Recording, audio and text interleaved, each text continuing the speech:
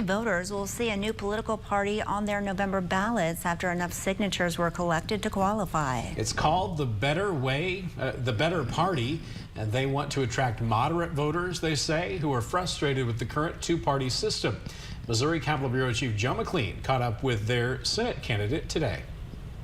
The main idea behind this new political party is a critique of the current political system and how it really elbows out any third-party viability, forcing candidates and voters to subscribe to an entire slate of political positions when they may not agree with all of them. I think the majority of voters are utterly exhausted and frustrated by what the two parties are producing right now. That's Jared Young, now running for U.S. Senate as the main face of a new political party. The Better Party hopes to reach Missourians with a fresh message. We've been trained very thoroughly and very carefully for most of our lives to only think in that binary. And so one of the things we're trying to do is to get people to reject the binaries, because really there are very few people out there that align perfectly with one party on all policy views. Young supports a 15-week abortion ban and also clearly states that the results of elections and court rulings should be honored.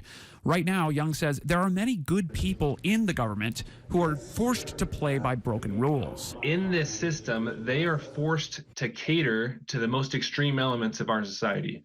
And a lot of that has to do with the primary system, but some of it has to do with just choices we've made to keep pushing those extremes.